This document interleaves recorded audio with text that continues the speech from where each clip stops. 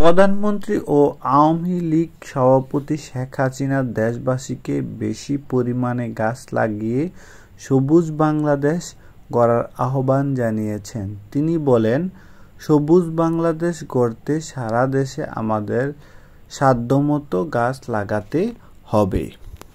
শেখ হাসিনা গতকাল শনিবার তার সরকারি বাসভবনে আষাঢ় মাসের প্রথম দিনে বাংলাদেশ কৃষক লীগের ৩ মাসব্যাপী বৃক্ষরোপণ কর্মসূচি উদ্বোধনকালে দেওয়া ভাষণে একথা বলেন। ১৯৮৪ সাল থেকে বাংলাদেশ কৃষক লীগ আষাঢ়ের প্রথম দিনটি থেকে সারা দেশে বৃক্ষরোপণ কর্মসূচি পালন করে আসছে।